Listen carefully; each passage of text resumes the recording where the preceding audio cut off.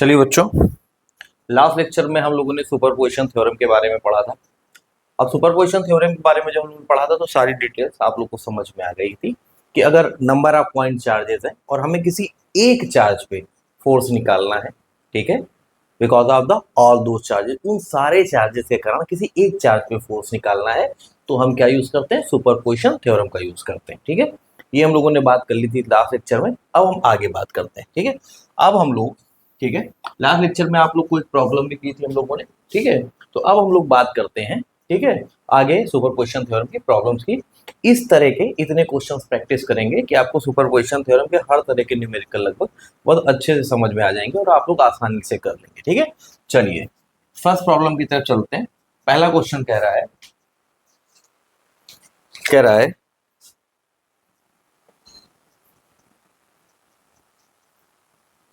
Charges of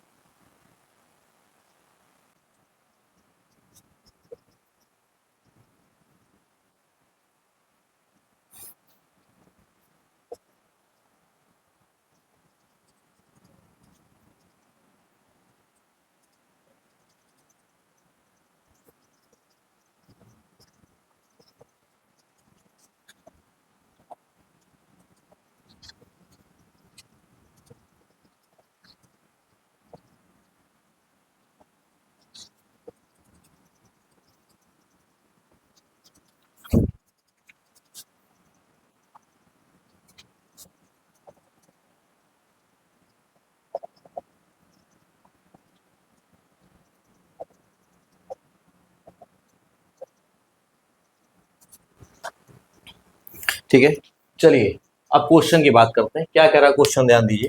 कह रहा है कि charges of +5 microcoulomb, +10 microcoulomb and -10 microcoulomb are placed in air at the corners A B and C. 3 corner है A B और सी। यहाँ पर +5 माइक्रोकूलम, +10 माइक्रोकूलम और -10 माइक्रोकूलम के चार्जेस जो है प्लेस्ड है of an equilateral triangle ABC. एक इक्विलेटरल ट्रायंगल है एबीसी। ठीक है, having each side equal to 5 centimetre. सारी साइड्स कितने भाई? इक्विलेटरल ट्रायंगल है तो सारी साइड्स बराबर होंगी। ठीक है, तो 5 centimetre 5 centimetre 5 centimetre. Determine the resultant force on A. कह रहा है इस पॉइंट ए पे जो चार्ज रखा है Q1, इस पर हमें नेट फोर्स निकालना है। ठीक है, क्वेश्चन समझ गए सभी लोग? क्वेश्चन पहले नोट कर लीजिए तो मैं इधर मिटा देता हूं। ठीक है, एवरीवन नोट कर लिया? ठीक है बच्चों, क्वेश्चन मिटा रहा हूं, अब ध्यान दीजिए। ठीक है, बहुत ही आसान सवाल, बिल्कुल आसान क्वेश्चन। ठीक है, सुपरपोजिशन थ्योरम का। ठीक है, चलिए बात करते हैं। अब यहां पर ध्यान दीजिए, ये यहां पर पॉजिटिव चार्ज है, +10 माइक्रोकूलम का चार्ज है। यहां Q1 भी पॉजिटिव चार्ज है। ठीक, तो पहले हम देखेंगे इन दोनों चार्जेस के बीच में, ठीक है, कितना फोर्स लग रहा है। ठीक है, यही सुपरपोजिशन थ्योरम है। जब हम दो चार्जेस के बीच फोर्स को एनालाइज करते हैं तो बाकी जितने भी चार्ज हैं उनसे हमें कोई मतलब नहीं है। ठीक, आप ये मान के चलो कि बाकी कोई चार्ज इस समय सिस्टम में है ही नहीं। ठीक है, सिंपल सी बात। अब अगर हम देखें ये पॉजिटिव चार्ज है, ये भी पॉजिटिव चार्ज है, तो क्या करेगा? दोनों एक दूसरे को क्या करेंगे? कैसा फोर्स लगेगा? Force of repulsion. ये क्या करेगा? इसको रिपेल करेगा। यहां से मान लिया ये इसको रिपेल कर रहा है। कितने फोर्स से रिपेल कर रहा है? मान लेते हैं कितने फोर्स से रिपेल कर रहा है? F1 फोर्स से। ठीक, अब यहाँ पे देखिए, यहाँ पे चार्ज Q3 बच्चों, ये नेगेटिव चार्ज है लेकिन ये पॉजिटिव चार्ज। ठीक, तो ये इसको क्या करेगा? अपनी तरफ अट्रैक्ट करेगा। मान लीजिए कितने फोर्स से अट्रैक्ट कर रहा है? मान लीजिए कितने फोर्स से अट्रैक्ट कर रहा है? F2 फोर्स से अट्रैक्ट कर रहा है। ठीक है, जब हम इन दोनों के बीच फोर्स की बात करेंगे तो इस चार्ज को हम पूरी तरह निगलेक्ट कर देंगे। ठीक, जब हम इन दोनों के बीच बात करेंगे तो हम इस चार्ज को निगलेक्ट कर देंगे। मेन कंसर्न क्या है हमारा? वो कह रहा है कि पॉइंट ए पे जो चार्ज Q1 रखा है इस पर नेट फोर्स कितना लग रहा है। तो इस पर नेट फोर्स देखने के लिए हम देखेंगे कि ये इसको कितने फोर्स से रिपेल अट्रैक्ट कर रहा है, तो ये इसको F1 फोर्स से रिपेल कर रहा है, दोनों पॉजिटिव चार्जेस है। अब हम देखेंगे ये इस पर कितना फोर्स लगा रहा है, तो ये इस पर F2 फोर्स से इसको अपनी तरफ अट्रैक्ट कर रहा होगा क्योंकि ये पॉजिटिव है नेगेटिव है।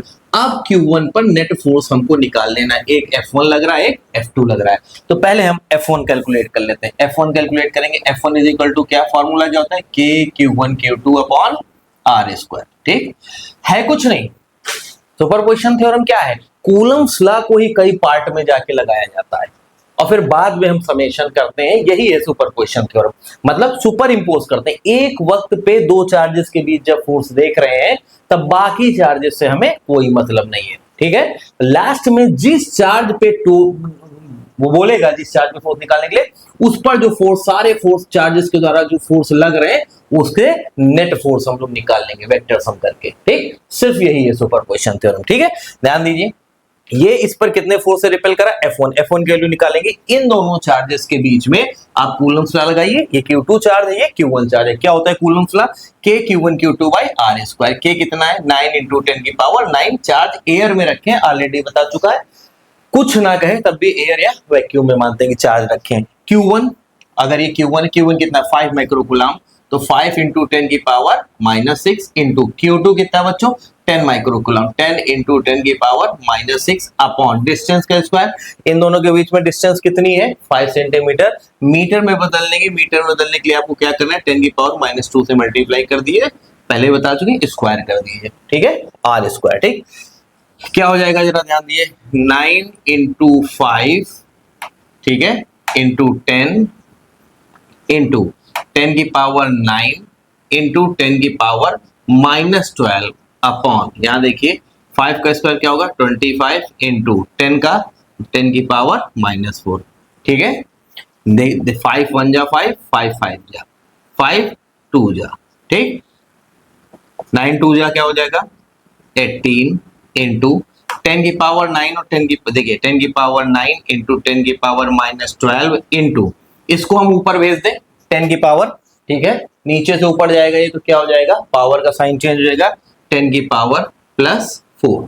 फाइनली क्या आया 18 इंटू 10 की पावर 9 और 4 कितना हुआ 10 की पावर 13 इंटू 10 की पावर -12, क्या हो जाएगा 18 इंटू, यहाँ क्या बचेगा भैया 13, ये पॉजिटिव पावर है, ये निगेटिव है, 13 से 12 गया, कितना बचा, 1 बचा, मतलब 10 बचा, इंटू 10, मतलब आंसर इज 180 न्यूटन। हाँ या ना, कितना आया, F1 फोर्स की वैल्यू कितनी आई 180 न्यूटन। गेट इट और नॉट, सीधे कैलकुलेट करना है सिंपल, 180 न्यूटन। समझ में आ गया, हाँ या ना, समझ में आ गया, समझ में आ गया बच्चों। अब देखिए Q3 और इसके बीच लगने वाला फोर्स, कितना फोर्स लग रहा है F2 फोर्स, ये क्या है, फोर्स ऑफ अट्रैक्शन है। कैसे निकालेंगे, F2 is equal to K Q1 Q2 upon R square. F2 अब कैलकुलेट करेंगे, ठीक है, ठीक, F2 कैलकुलेट करेंगे, क्या है, एक को Q1 मान लो, एक को Q2 मान लो, दो ही चार्ज के बीच में तो हम कूलम्ब्स लॉ लगाते हैं, ठीक है। तो K कितना है 9 इंटू 10 की पावर 9 इंटू, एक को Q1 मान लो तो ये 5 माइक्रोकूलम, 5 इंटू 10 की पावर -6 इंटू, एक को Q2 मान लो तो 10 इंटू 10 की पावर -6, 10 माइक्रोकूलम है ना, अपॉन डिस्टेंस का स्क्वायर, डिस्टेंस उतनी है 5 इंटू 10 की पावर -2 का स्क्वायर, ठीक, सेंटीमीटर में दिए। अब जरा ध्यान दीजिए, वैल्यू तो सेम है ना, 10 और 5, यहाँ 10 था यहाँ 5 था, ठीक, K की वैल्यू तो सेम ही रहेगी, डिस्टेंस भी क्या है सेम है, आंसर कितना है 180 न्यूटन, सेम है यार। Q3 Q1 ये 5 माइक्रोकूलम, ये 10 माइक्रोकूलम, माइनस प्लस से फर्क नहीं पड़ता है, क्योंकि हम अगर अपोजिट चार्जेस या अलाइक चार्जेस होंगे तो हम फोर्स का डायरेक्शन पहले दिखा देते हैं कि भैया ये माइनस है, ये प्लस है, ऑब्वियस सी बात है, या क्या करेगा, इसको अट्रैक्ट करेगा, फोर्स ऑफ अट्रैक्शन लगेगा। तो हमने F2 का डायरेक्शन इधर की तरफ दिखा दिया कि नहीं दिखा दिया। अगर ये भी पॉजिटिव होता है इसकी तरह, तो ये क्या कर रहा होता है, इसको रिपेल कर रहा होता है, इसलिए यहाँ वैल्यू साइन के साथ नहीं रखते हैं। कूलम्ब्स लॉ में भी ये बात कर चुके हैं, वैल्यू हमेशा पॉजिटिव ही रखी जाती है, कभी भी अगर माइनस के साथ वैल्यू दी है तो नहीं रखेंगे, ठीक। तो 9 भी 10 भी वही है, 5 भी वही है, डिस्टेंस भी वही है, K की वैल्यू भी सेम है, ऑब्वियस सी बात है, यहाँ भी आंसर कितना आएगा 180 न्यूटन। आप कैलकुलेट करके देख लीजिए, हाँ या ना, ठीक। F1 और F2 आपने दोनों निकाल लिए, हाँ या ना, समझ में आ गई बात की नहीं, ठीक है बच्चों, समझ में आ गई बात, ठीक है। अब मैं मिटा रहा हूं, F1 F2 दोनों आप लोगों ने कैलकुलेट कर लिया, सभी लोग को समझ में आ गया बच्चों, ठीक, कैलकुलेट कर लिया सिंपली। अब नेट रिजल्टेंट फोर्स निकालेंगे हम, ठीक है, ध्यान दीजिए सभी लोग, ठीक है, जरा ध्यान दीजिए, ठीक है। F1 किस तरह से लग रहा है बच्चों, F1 इस तरह से लग रहा है, दिस इज F1 इस डायरेक्शन में, F2 इस तरह से लग रहा है, ठीक है, क्योंकि F2 क्या है, फोर्स ऑफ अट्रैक्शन है F2, ठीक। अब हमें Q1 पर लगने वाला नेट फोर्स निकालना है, रिजल्टेंट फोर्स निकालना है। और Q1 पे दो फोर्स लग रहे हैं, ये वाला चार्ज इसको रिपेल कर रहा है F1 से, और ये वाला Q3 चार्ज Q1 को अपनी तरफ अट्रैक्ट कर रहा है F2 फोर्स से।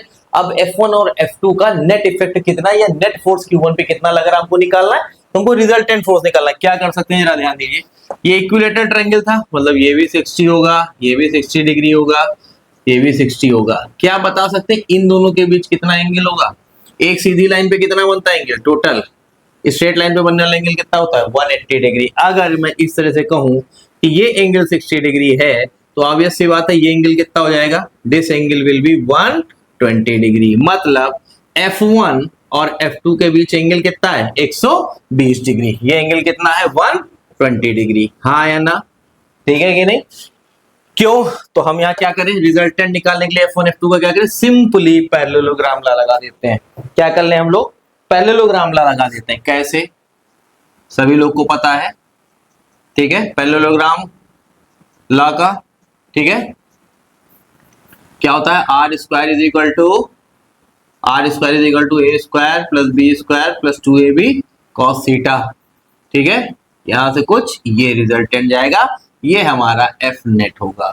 तो क्या हो जाएगा, net force at F square is equal to F1 square A square plus B square F2 square plus 2ab 2F1 F2 cos theta, दोनों के बीच का एंगल, ये दोनों के बीच का एंगल ये हमारा क्या होता है, थीटा होता है। ध्यान दीजिए, यहां हमारा F1 भी आया था बच्चों 180 न्यूटन। ये अलग बात है कि F1 किस डायरेक्शन में आ रहा है, F1 का डायरेक्शन क्या है, अलोंग बी है, हाँ या ना। और F2 का भी मैग्नीट्यूड सेम है 180 न्यूटन, बस उसका डायरेक्शन क्या है, अलोंग AC, ठीक है भाई। सेम डायरेक्शन में दोनों होते, कोलिनियर होते तो डायरेक्ट आप जोड़ ना देते, 180 प्लस 180 नहीं जोड़ सकते ऐसे, फोर्स वेक्टर क्वांटिटी है, ठीक है। तो वेक्टर लॉ का यूज करेंगे तो एफ नेट, चलिए लेट मैग्नीट्यूड तो बराबर ही है, F1 is equal to F2 is equal to F। सबसे आसान तरीका मान लेते हैं F1 का मैग्नीट्यूड भी 180, F2 का भी 180, तो मान लेते हैं F1 बराबर F2 इज इक्वल टू क्या मान लिया, F मान लिया, ठीक। अब बात करते हैं, ध्यान दीजिए, मिटा दें इधर बेटा, मिटा दें, नोट कर लिया सब लोगों ने, मिटा दें, ठीक है। तो अब देखिए,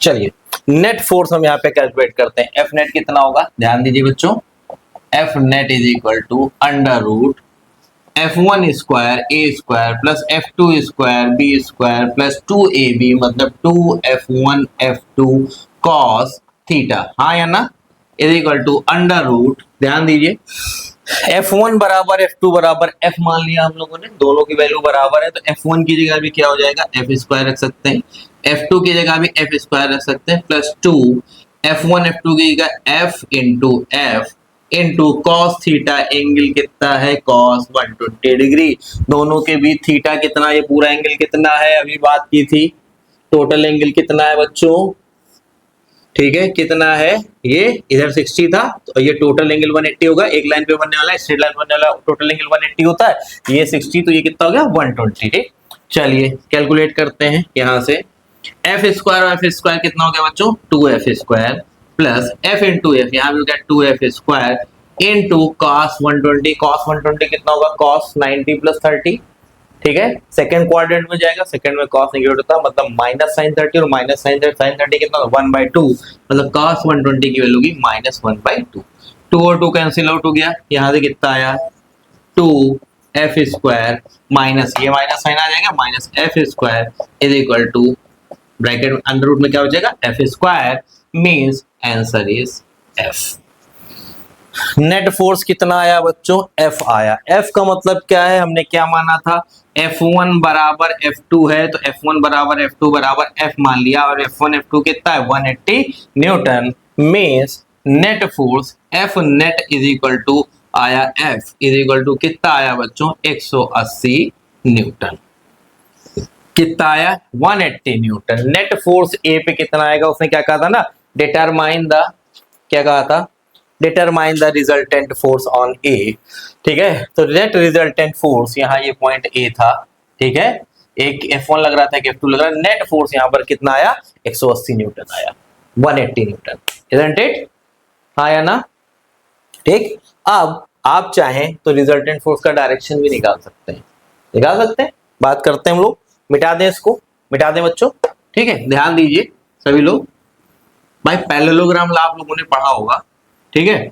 फिर से मैं एक बार रिकॉल करा देता हूं, जैसे पैरेललोग्राम लॉ क्या था, अगर एक ही पॉइंट पे दो वेक्टर क्वांटिटीज है, सपोज करिए दिस इज वेक्टर ए, ठीक है, दिस इज वेक्टर बी, इनका रिजल्टेंट निकालना है तो हम एक पैरेललोग्राम की एडजेसेंट साइड से दोनों दिखाते थे, इसी पॉइंट इनके बीच एंगल थीटा, इसी पॉइंट से जाने वाला जो डायगोनल था, डायगोनल सीधा नहीं जाता, अपनी ऐट में रहता है, इसी पॉइंट से जाने वाला जो डायगोनल था वो क्या रिप्रेजेंट करेगा, इन दोनों का रिजल्टेंट रिप्रेजेंट करता है। रिजल्टेंट निकालने का फार्मूला आप लोग को पता है क्या होता था, R square is equal to A square plus B square plus 2ab cos theta, हाँ या नहीं, ठीक है। या r इज इक्वल टू हम क्या करते थे, under root A square plus B square plus 2ab cos theta, ये फॉर्मूला होता था, ठीक। अच्छा, ये एंगल रिजल्टेंट का एंगल कितना होगा, मतलब रिजल्टेंट कहां से पास होगा, हम मान लेते थे ये एंगल यहां से मान लिया, वेक्टर ए से क्या मान लिया अल्फा, तो यहां से फॉर्मूला क्या होता था बच्चों, tan alpha is equal to क्या फॉर्मूला होता था, b sin theta upon a plus b cos theta. कितने बच्चों को याद है ये फॉर्मूला, कितने बच्चों को याद है ये फॉर्मूला। सेम फॉर्मूले का हम यहाँ इस्तेमाल करेंगे ये देखने के लिए कि रिजल्टेंट आखिर जा कहां से रहा है, ठीक है। क्वेश्चन क्या था हमारा, ठीक, क्वेश्चन क्या था, बात करते हैं बच्चों, ठीक है। क्वेश्चन क्या था हमारा, यहां पर यही बात तो हुई थी, ये इक्विलैटरल ट्रायंगल है, ठीक है, ये पॉइंट ए है, यहां पर चार्ज Q1 रखा है जो कि 5 माइक्रोकूलम है, ये पॉइंट बी है, ठीक है, सॉरी कहां जा रही है बी, ये पॉइंट बी है, यहां पर चार्ज कितना है +10 microcoulomb, and this is point C, और यहां पर Q3 चार्ज है -10 माइक्रोकूलम, यही बात तो हुई थी। नेट फोर्स ए पे निकालना था, बी ए पे फोर्स लगा रहा, हमने माना कितना फोर्स लगा रहा, F1, क्योंकि ये भी पॉजिटिव चार्ज है, ठीक, ये भी पॉजिटिव चार्ज है, तो ये इसको F1 फोर्स से रिपेल कर रहा है, ये नेगेटिव चार्ज है, पॉजिटिव चार्ज है, तो ये इसको क्या करेगा, F2 फोर्स से अपनी तरफ अट्रैक्ट करेगा, हाँ या ना। तो हमें यहाँ रिजल्टेंट निकालना था, हमने रिजल्टेंट निकाला कि भाई ये F1 है, ठीक, ये F2 है, ठीक। अब इनका रिजल्टेंट क्या होगा, ये हमें कैलकुलेट करना है, ठीक। रिजल्टेंट की वैल्यू तो हमने निकाल दी, ये आ गया F नेट, नेट फोर्स जो Q1 चार्ज पे लग रहा है, ठीक। ये एंगल हम लोगों ने बात की, एंगल कितना था 120 डिग्री था। अब चलिए यहां से देखते हैं, F2 है, हम देखें F2 से कितनी दूर से रिजल्टेंट जा रहा है, F2 से कितने एंगल पे रिजल्टेंट जाएगा अगर हम पैरेललोग्राम एक बनाते हैं, ठीक। रिजल्टेंट तो निकाल लिया, लेकिन रिजल्टेंट पास कहां से हो रहा है, ठीक है। तो अब ये देखते हैं, ये बात समझ गए सभी लोग, आप लोगों ने 11th में पढ़ा है, होपफुली सभी लोग को क्लियर होगा, ठीक है। तो अब बात करते हैं, ठीक, हम निकालेंगे ये अल्फा की वैल्यू, ठीक। हमने क्या किया, देखा tan alpha is equal to, यहां से क्या होगा F1 sin theta upon F2 plus F1 cos theta. अच्छा, आपको एक हंसी की बात बताएं, कैसे याद रखते थे हम लोग, ये फॉर्मूला कैसे याद रखते थे, ये वेक्टर A है, ये B है, ठीक, ये पैरेललोग्राम है, यहां से ये डायगोनल है, और यही डायगोनल जो होगा वही क्या होता है, रिजल्टेंट होता था। यहां से इन दोनों के बीच एंगल कितना है, थीटा, दोनों ए और बी दोनों वेक्टर क्वांटिटीज के बीच एंगल कितना है, थीटा। अब डायगोनल इस वेक्टर से कितने एंगल से जा रहा है, तो हम लोगों ने मान लिया एंगल अल्फा। कैसे याद रखते थे, tan alpha is equal to, हम लोग याद रखते थे कि जो दूर है वो पास है, जो दूर है वो पास है, मतलब अल्फा एंगल यहां, इस हंसने की बात है, लेकिन यहां अल्फा एंगल यहां से माना गया इस वेक्टर से, दूर कौन है, बी, लेकिन दूर बी है तो बी ही पास है, बी साइन थीटा, देखिए आया कि नहीं आया। उसके बाद अब ए की बारी आएगी, ए और फिर बी आ जाएगा, बी कॉस थीटा, ठीक। तो इस बात को ध्यान रखते थे कि जहां से एंगल लिया गया है, जो बहुत जहां से एंगल हम मेजर कर रहे हैं कि रिजल्टेंट यहां से कितने एंगल से जा रहा है, कितनी दूरी से जा रहा है, तो जो दूर है वही पास है और बार बार है, ठीक, तो ऐसे ही याद रखता हूं कि बी पहले आएगा, ऊपर भी बी आएगा और नीचे भी आएगा, साइन के साथ भी बी आएगा, कॉस के साथ भी आएगा, और ए जहां से एंगल मेजर किया वो बेचारा जो पास है वही दूर है और अकेला है, जो पास है वही दूर है और अकेला है। ठीक है, तो ए को एक ही बार यूज कर रहे हैं। ऐसे ही यहां पे ध्यान दीजिए, ठीक है, तो हम लोग छोटे छोटे जब पढ़ते थे तब इतनी सुविधाएं तो खैर नहीं थी, लेकिन जैसे याद रख सकते थे रखते थे। ठीक है, तो अब देखिए यहां पर देखिए एंगल यहां से नापा है, F2 से माना एंगल अल्फा, यहां से अल्फा एंगल पे ये रिजल्टेंट जा रहा है। ठीक है कि नहीं? ठीक, तो अब देखिए जो दूर है वही पास है, F1 sin थीटा, नीचे भी F1 cos थीटा, और जो पास है वही दूर है और अकेला है F2। तो F1 हमने क्या माना था, F1 is equal to F2 is equal to F माना था, वैसे भी F1 और F2 दोनों का मैग्नीट्यूड बच्चों 180 न्यूटन है। ठीक, बराबर है, F माना था तो हम इसको लिख सकते हैं F sin थीटा, और थीटा कितना है, दोनों के बीच एंगल कितना है, टोटल एंगल, ये एंगल थीटा है ना, थीटा कितना है 120 डिग्री, बात हो गई अभी, अपॉन F2 भी F प्लस F1 भी F cos theta cos 120 degree. ठीक, ऊपर F sin 120 अपॉन नीचे F कॉमन ले ले बच्चों, यहां क्या हो जाएगा 1 प्लस cos 120। ठीक, F और F कैंसिल आउट हो गया, हाँ या ना, F और F कैंसिल आउट हो गया, क्या बचा sin 120, sin 120 की वैल्यू कितनी होगी sin 90 प्लस 30, ऐसे देखते हैं ना, sin 120 को हम क्या लिख सकते हैं sin 90 प्लस 30। ठीक, 90 प्लस 30 का मतलब क्या हुआ, ये फर्स्ट क्वाड्रेंट है, ये सेकंड क्वाड्रेंट, वैल्यू कहां गिर रही है सेकंड क्वाड्रेंट में, और सेकंड क्वाड्रेंट में साइन क्या होता है पॉजिटिव होता है, मतलब इसको हम लिख सकते हैं, ठीक, इसको क्या लिख सकते हैं sin 90 प्लस 30 cos 30, और cos 30 कितना होता है बच्चों √3/2 होता है कि नहीं होता, तो ये ऊपर आ जाएगा √3/2 अपॉन 1 प्लस cos 120, cos 120 को आप क्या लिखेंगे cos 120 इज इक्वल टू क्या हो जाएगा cos 90 प्लस 30, और cos 90 प्लस 30 कितना होता है बच्चों, सेकेंड क्वाड्रेंट में गिरेगा, cos 90 प्लस 30 होगा sin 30। ठीक, माइनस का, क्यों, यहाँ पर cos जो होता है वो निगेटिव होता है, माइनस sin 30 का, तो sin 30 कितना होता है 1/2, ये 1/2 आएगा, तो 1 माइनस 1/2, मतलब फाइनल वैल्यू क्या है √3/2 अपॉन प्लस माइनस माइनस 1 में से 1/2 गया 1/2, मतलब √3 अपॉन 2 अपॉन 1/2, तो 2/1 हो जाएगा, ये बेटा, तो tan alpha is equal to कितना आया √3 आया, तो अल्फा कितना होगा, tan की वैल्यू कब √3 होती है tan 60 डिग्री। ठीक, tan 60 degree, this is the answer, मतलब रिजल्टेंट कहां से पास होगा। ठीक है, बात करते हैं, मिटा दे, नोट कर लिया, नोट कर ले सभी लोग, नोट कर लिया बच्चों। ठीक, तो देखिए रिजल्टेंट कहां से पास हुआ, पॉज करके नोट कर लीजिए। ठीक, क्या था, अब प्रॉब्लम पे आइए, ये देखिए ये ए पॉइंट, ये बी, ये सी, यहां पर Q1 था, यहां पर चार्ज Q2 और यहां पर चार्ज Q3, वैल्यूज आपको पता है, ये इस पे कितना फोर्स लगा रहा था F1। ठीक, ये इसको अपनी तरफ अट्रैक्ट कर रहा था, कितने फोर्स से F2 फोर्स से, क्यों, क्योंकि ये प्लस का 5 माइक्रोकूलम था, ये माइनस का 10 माइक्रोकूलम था, और ये प्लस का 10 माइक्रोकूलम था, हाँ या ना बच्चों। ठीक, तो अब हम जब ये रिजल्टेंट निकाल रहे हैं, हमने यहां से माना था, ठीक, पैरेललोग्राम लगाइए,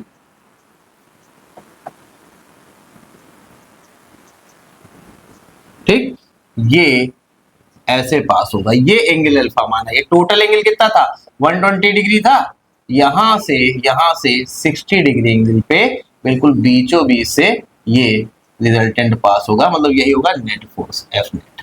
ठीक, वही हमने निकाला है कि नेट फोर्स जो होगा कहां से जाएगा, कहां से पास होगा, मतलब F1 या F2 से कितनी दूरी, तो बीचों बीच से जाएगा, यहां से भी 60 डिग्री हो गया, टोटल 120 था, यहां से हमने निकाला 60 डिग्री, तो यहां से 60 डिग्री, मतलब बिल्कुल इस तरह से है।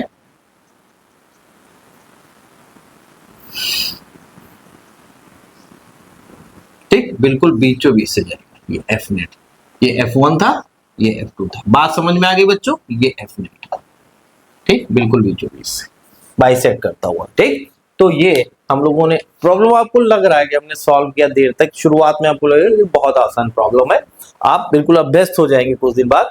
ठीक है, बिल्कुल आपकी ये प्रैक्टिस हो जाएगी, ये क्वेश्चन कुछ नहीं लगेंगे आपको, ठीक है। नोट कर लिया सब लोगों ने बेटा। नेक्स्ट क्वेश्चन की तरफ चलें।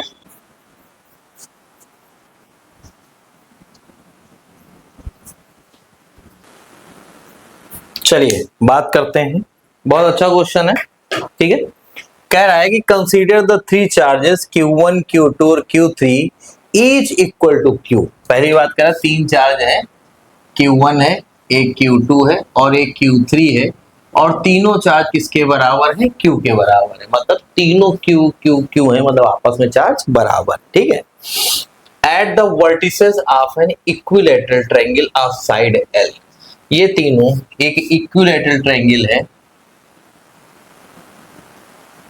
ठीक है बच्चों, एक इक्विलैटरल ट्रायंगल है, उसकी तीन साइड पे रखे, मतलब यहाँ भी चार्ज Q है, यहाँ भी चार्ज Q है और यहाँ भी चार्ज कितना है? Q है। कही रहा है भाई Q1 चार्ज है यहाँ पे Q के बराबर, ये Q2 चार्ज है, ये भी Q के बराबर, और Q3 चार्ज जो है बच्चों वो भी किसके बराबर है? Q के बराबर है। एक इक्विलैटरल ट्रायंगल के तीनों साइड, मतलब ट्रायंगल की तीनों साइड, इक्विलैटरल ट्रायंगल की तीनों साइड आपस में क्या होंगी? बराबर होंगी। तो साइड कितनी है? L है, ठीक है। अब देखिए बहुत बढ़िया क्वेश्चन है, कह रहा है कि what is the force on charge Q, ठीक है, एक चार्ज Q है, कह रहा है उस पर कितना फोर्स होगा with the same sign as Q, और कह रहा है ये चार्ज Q जो है उसका भी साइन वही है जो Q का है, मतलब ये चार्ज Q भी क्या है? पॉजिटिव है, ये भी Q की तरह क्या है? पॉजिटिव है। कह रहा है इस चार्ज Q पर क्या साइन होगा? प्लेस एट द, क्या फोर्स होगा? Place at the centroid of triangle. कह रहा है कि अगर इस ट्रायंगल के सेंट्रॉयड पे ये प्लेस्ड है चार्ज Q, तो इस पर लगने वाला नेट फोर्स बताइए, इस पर कितना फोर्स लगेगा ये बताना है आप लोग को। समझ गए बात को समझे बच्चों की नहीं? हाँ या ना? समझ गए बात को? ठीक है, तो अब बात करते हैं, पहले क्वेश्चन नोट कर लीजिए, अगर क्वेश्चन समझ गए तो आगे चलते हैं। नोट कर लिया? नोट कर लिया बच्चों? नोट कर लिया? ठीक, मिटा रहा हूं, इसको मैं मिटा देता हूं, तब आगे चलते हैं।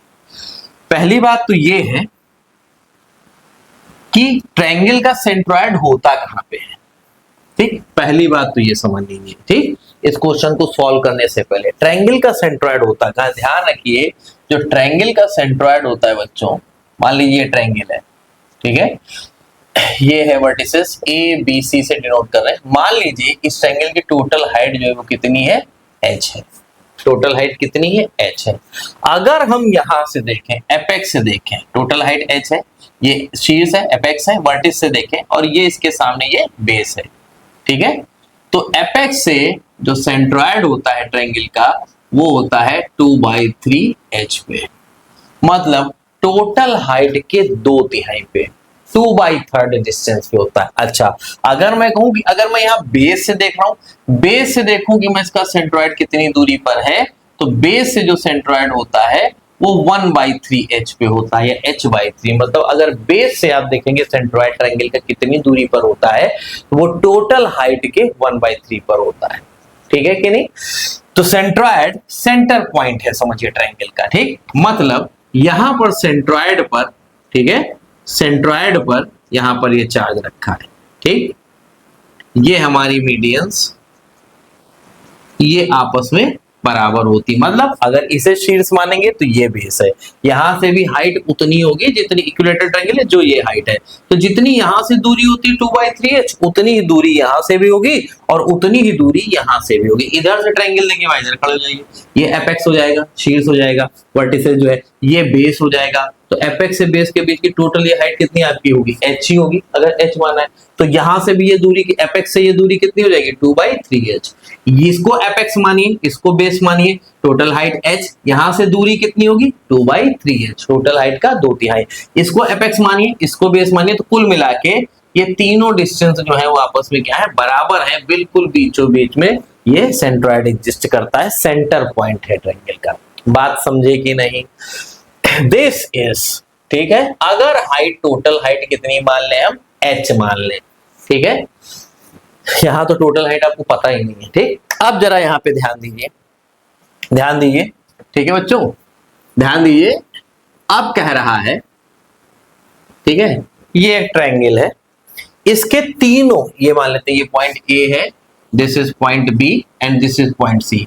तीनों वर्टिसेस पे एक चार्ज रखा है और बराबर चार्ज है, यहाँ भी क्यू चार्ज है, यहाँ भी क्यू चार्ज है और यहाँ भी प्लस क्यू चार्ज है, पॉजिटिव चार्ज रखा है। कह रहा अगर यहाँ पर एक पॉजिटिव चार्ज के सेंट्रॉइड पे एक पॉजिटिव चार्ज प्लस क्यू रख दिया जाए तो इस पर नेट कितना फोर्स लगेगा। ठीक, अच्छा इसको एक एक बार में एनालाइज कर लेते हैं। यहाँ पर चार्ज, यहाँ इस पॉइंट पे चार्ज कितना है क्यू, ये इस पर कितना फोर्स लगाएगा, सपोज करिए इस पर कितना फोर्स लगाएगा, मान लीजिए कितना फोर्स लगाएगा F1। सुपरपोजिशन थ्योरम देखते हैं, बाकी चार्जेस से हमें कोई मतलब नहीं, हम जब ये चार्ज क्यू है, यहाँ पे चार्ज क्यू यहाँ पे रखा है, इसके और इसके बीच में जब एनालाइज करें, इसने कहा था यहाँ जो charge plus Q capital Q में लिखा है रखा है, ये और ये चार्ज का साइन एक ही है, तो ये भी पॉजिटिव और ये भी पॉजिटिव, इन दोनों के बीच देखें। अब देखेंगे इस पे कितना फोर्स लगा रहा होगा, तो जाहिर सी बात है इसको फोर्स लगा के रिपेल करेगा, बोथ है सेम साइन, दोनों पॉजिटिव पॉजिटिव चार्ज रिपेल करेंगे। चूंकि हमें इस पर लगने वाले फोर्स की बात कर रहे हैं, तो वही हमने कहा कि ये इस पर कितना फोर्स लगा रहा होगा, हमने मान लिया F1, ये भी इस पे F1 लगा रहा होगा, लेकिन अभी हमें इस पर लगने वाले टोटल फोर्स की बात करनी है। ठीक है, अच्छा ऐसे ही हम कहें कि इस चार्ज पॉजिटिव और इस प्लस क्यू चार्ज के बीच कितना फोर्स लग रहा होगा, या ये इस पर कितना फोर्स लगा रहा होगा। ऑब्वियस बात है, ये भी प्लस क्यू चार्ज है तो ये भी इसको क्या कर रहा होगा, इधर की तरफ रिपेल कर रहा होगा, क्या हो जाएगा F2। मान लिया कितने फोर्स से रिपेल करा F2। अब यहां पर भी चार्ज, बी पर भी चार्ज प्लस क्यू रखा है, इसके और इसके बीच में लगने वाला फोर्स देखें, ये इस पर कितना फोर्स लगा रहा होगा प्लस क्यू पर, दोनों पॉजिटिव, तो जाहिर बात है ये भी इसको कितना फोर्स लगा के रिपेल कर रहा होगा, मान लिया F3। चार्ज यहाँ पर कितना रखा है, ये प्लस क्यू रखा है। इतनी बात समझ गए कि नहीं, समझ गए। तो अब हम देखते हैं F1 ये कितना फोर्स लगा के रिपेल कर रहा है F1, ये इसको कितना फोर्स लगा के रिपेल कर रहा है, मान लिया F2, ये इस पर कितना फोर्स लगा के रिपेल कर रहा है, मान लिया F3। तो क्या हम वैल्यू निकाल सकते हैं, F1 कितना होगा, F1 ये चार्ज प्लस क्यू, इस पर plus Q plus capital Q charge पे जितना फोर्स लगा रहा है दैट इज F1। क्या हम F1 की वैल्यू निकाल सकते हैं, चलिए क्या है फॉर्मूला, कूलम्स लगाएंगे, K Q1 Q2 अपॉन दोनों के बीच डिस्टेंस का स्क्वायर। ध्यान दीजिएगा बच्चों, K Q1 चलिए ये Q1 मान लीजिए, ये Q2 मान लीजिए, एक ही बात है। ठीक है, या इसको Q1 मान लीजिए, इसको Q2 मान लीजिए, तो एक हो गया Q और दूसरा चार्ज है Q अपॉन डिस्टेंस का स्क्वायर। प्रॉब्लम ये है कि क्या आपको ये डिस्टेंस पता है, पता है नहीं पता है। हालांकि अगर हम ये दूरी R मान लें तो ये भी R होगी, ये भी R होगी और ये भी R होगी, मीडियंस ये बराबर होंगी कि नहीं, इक्विलेटरल ट्रायंगल है हमारा यहाँ पे। ठीक है, लेकिन अगर आप चाहें तो आप डिस्टेंस निकाल भी सकते हैं। कैसे, जरा ध्यान दीजिए, ये देखिए ये इक्विलेटरल ट्रायंगल है, ये साइड L, ये साइड L, ये साइड L। बच्चों यहाँ से परपेंडिकुलर ड्रॉ किया, जाहिर सी बात है परपेंडिकुलर बिल्कुल मिड में आएगा, इक्विलेटरल ट्रायंगल है, बीचों बीच में डिवाइड करेगा, गिरेगा यहाँ पे।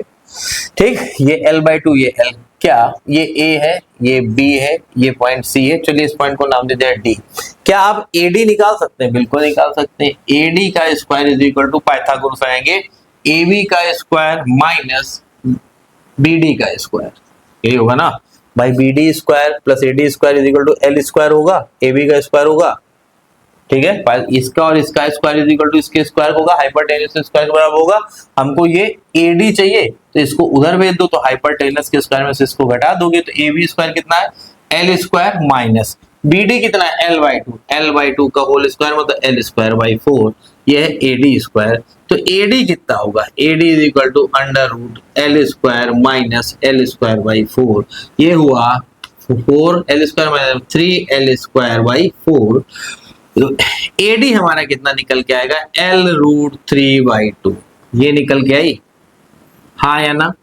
AD निकल के आया हमारा कितना, L√3/2 आया कि नहीं आया, मतलब टोटल हाइट निकल गए। अब यहां से सेंट्रॉइड कितनी दूरी पर होगा, हमने क्या कहा था, टोटल हाइट के 2/3 पे होता है सेंट्रॉइड एपेक्स से, मतलब पॉइंट A से यहाँ ये दूरी सेंट्रॉइड की कितनी है, जहां पर चार्ज कैपिटल Q रखा है, दिस इज, मान लीजिए इसको पॉइंट O नाम देते हैं, तो AO कितना होगा, AO होगा 2/3 ऑफ टोटल हाइट, और टोटल हाइट कितनी बच्चों, AD है, मतलब 2/3, 2/3 होगा टोटल हाइट का, L√3/2, 2 and 2 कैंसिल आउट, √3 से ये गया √3, मतलब L/√3।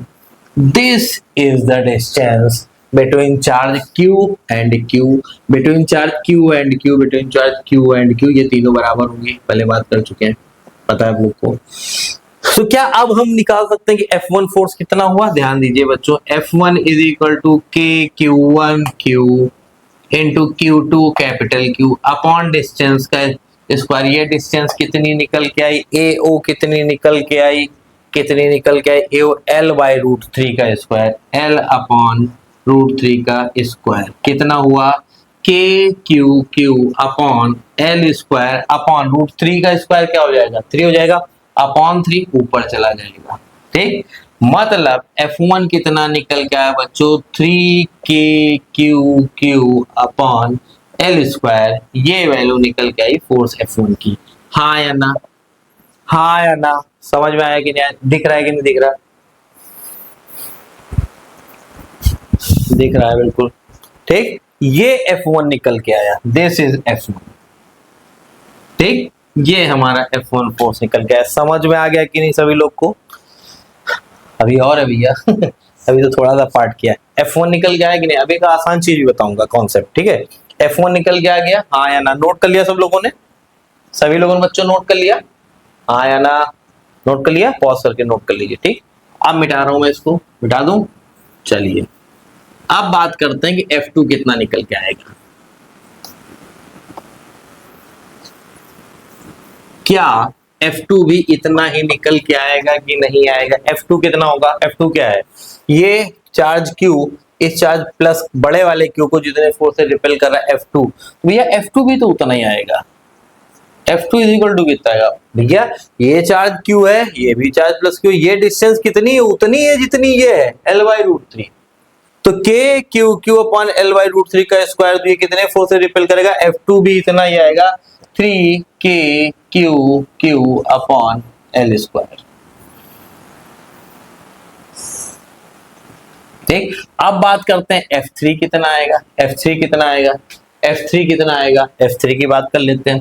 तो F3 ये भी चार्ज प्लस Q है, ये भी कैपिटल Q है, ये डिस्टेंस भी उतनी है, कितनी? L by root 3। ठीक है कि नहीं?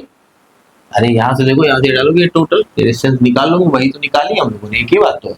अगर इसे एपेक्स मान लो, इसे भी मान लो, ये निकालो ये, तो जितनी ये निकाली है वही, और इसके टोटल के 2/3 पे ये है, वैसे भी जितनी होगी उतनी ही होगी। ठीक है, सभी लोग बताया। तो मतलब चार्ज भी Q और Q है, डिस्टेंस भी वही है, मतलब F3 भी इतना ही आएगा, 3 के Q Q upon L square. ठीक, मैकेनिक्स की आदत होती है, इसलिए आप लोग को आसान भाषा में बता रहे हैं। ठीक है, फिर भी कॉन्सेप्ट की भी बात करेंगे। ठीक, तीनों फोर्स आप लोगों ने निकाले, जरा बताइए तीनों फोर्स कैसे एक्ट कर रहे हैं, जरा बताइए। ठीक है, इधर नोट कर लिया, मिटा दें इधर। चलिए जरा ध्यान दीजिएगा। ठीक, यहां ध्यान दीजिए, अभी सिर्फ प्योर मैकेनिक्स की बात कर रहे हैं। ठीक है, जो कि आप लोग 11th में करके आते हैं, ताकि आपको सवाल में थोड़ा आसानी लगे। फिर कॉन्सेप्ट की बात करेंगे अभी और। ठीक है, एक फोर्स इस तरह से लग रहा है F1, ठीक, एक फोर्स इस तरह से जा रहा है F3, और एक फोर्स इस तरह से जा रहा है, कितना जा रहा है? F2। इनके बीच एंगल है कितना? वैसे तो आप बता देंगे सही भी है। ठीक है, जो आप सोच रहे हैं वो सही है। ठीक है, एंगल ठीक है, लेकिन फिर भी बात कर लेते हैं भाई, कितना एंगल होगा? सीधी सी बात बताइए। ये देखिए, ये परपेंडिकुलर ड्रॉ किया, एक मिनट मिटा दें इसको। ठीक, ये ऐसे लाइन जा रही है, ये ऐसे ही फोर्स लग रहा है, ऐसे लाइन जा रही है। भैया आपने परपेंडिकुलर ड्रॉ किया, इक्विलेटरल ट्रायंगल है, सब 60 है, 60 60 60। ये केवल कितना हुआ? 30। ये परपेंडिकुलर है 90, मतलब ये कितना है? 60। हाँ या ना? ठीक, ये पूरा 60, ये इतना कितना हुआ? 30, ये कितना है? 90, ये कितना हुआ? 60। मतलब ठीक है, ठीक, यहां से ध्यान दिया। ठीक, सेम हेयर, यहां से देखिए, ये लाइन गई, ये 90, ये 30, मतलब ये एंगल भी कितना हुआ? 60। अगर ऐसे ही हमारा फोर्स जा रहा था, ठीक, एक फोर्स ऐसे आ रहा था, इनके बीच एंगल बात कितना आ रहा है? 120 आ रहा है कि नहीं आ रहा? आ रहा। ऐसे देखिए, यहाँ से ये लाइन सीधी गई, परपेंडिकुलर ड्रॉ के 90, ये टोटल 60 था, ये 30, ये भी कितना हो जाएगा? 30, 90 30, ये कितना हुआ? 60। तो ये 60 और ये 60, मतलब ये टोटल कितना? 120, ये भी 120, जायजा ये भी कितना होगा? 120 होगा। बिल्कुल सही बताया आप लोगों ने, शानदार शाबाश। 120 120 और 120। ठीक, तीनों के बीच ये F1 है, ये F3 था, और इधर जो फोर्स लग रहा था वो क्या था, F2 था। इनके बीच टोटल फोर्स की, इनके बीच में एंगल कितना होगा आपस में, 120 डिग्री होगा। हाँ या ना, हाँ या ना, समझ रहे बात को कि नहीं? अच्छा अब देखिए, ठीक, अगर यहां से हम, अब देखिए ध्यान दीजिए, अभी आपको हम शॉर्टकट वाला मतलब सॉरी शॉर्टकट कॉन्सेप्ट बताए दे रहे हैं। अगर हम नेट फोर्स जो लग रहा है, जो चार्ज प्लस क्यू रखा है यहाँ पे चार्ज कितना रखा है, प्लस क्यू रखा है। अब हम कहीं चार्ज प्लस क्यू पर जो नेट फोर्स लग रहा है वो निकाले कितना है। हम यहाँ पे ट्रायंगल फॉर्म करने की कोशिश करते हैं, ठीक है। देखिए F3 इस तरह से है, this is force F3, F2 जरा सम करना है ना, तीनों का रिजल्टेंट निकालना है, तीनों जोड़ के देखते हैं, वेक्टर सम करके देखें ग्राफिकल मेथड से। ये F3 लग रहा है, F2 इस पे ऐसे कुछ लग रहा है, ये दिखा रहा है ऐसे 120 डिग्री पे, टिंग टिंग टिंग टिंग टिंग, यहां से 120 डिग्री पे ये कुछ हमारा क्या गया, F2 आ गया। हाँ या ना, ये हमारा क्या था, F3 था, ठीक।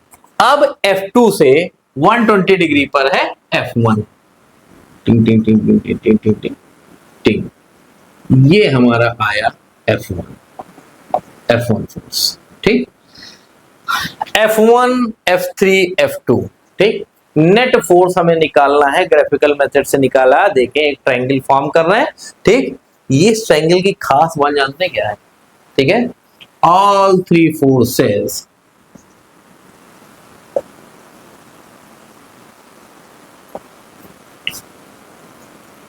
are forming a cyclic triangle,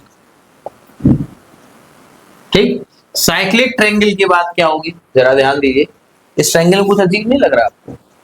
triangle ना पढ़ा कि नहीं पढ़ा है, ठीक है। क्या कहता है, if two quantities physical quantity या force, चलो मान लेते हैं, if two forces can be represented by the adjacent sides of a triangle, then the third side will represent the resultant of taken in opposite order। कहता है अगर एक force F1 है, दूसरा फोर्स F2 है, तो तीसरी जो साइड होगी या क्लोजिंग साइड जो होगी, ये F2 है, तीसरी साइड जो होगी ये मान लेते हैं F3, वो क्या होगी, दोनों की रिजल्टेंट होगी, मतलब F3 will be equal to F1 plus F2 resultant होगी। हाँ या ना, ठीक। लेकिन वहां एक बड़ी इंपॉर्टेंट बात कहता है, कहता है टेकन इन अपोजिट ऑर्डर।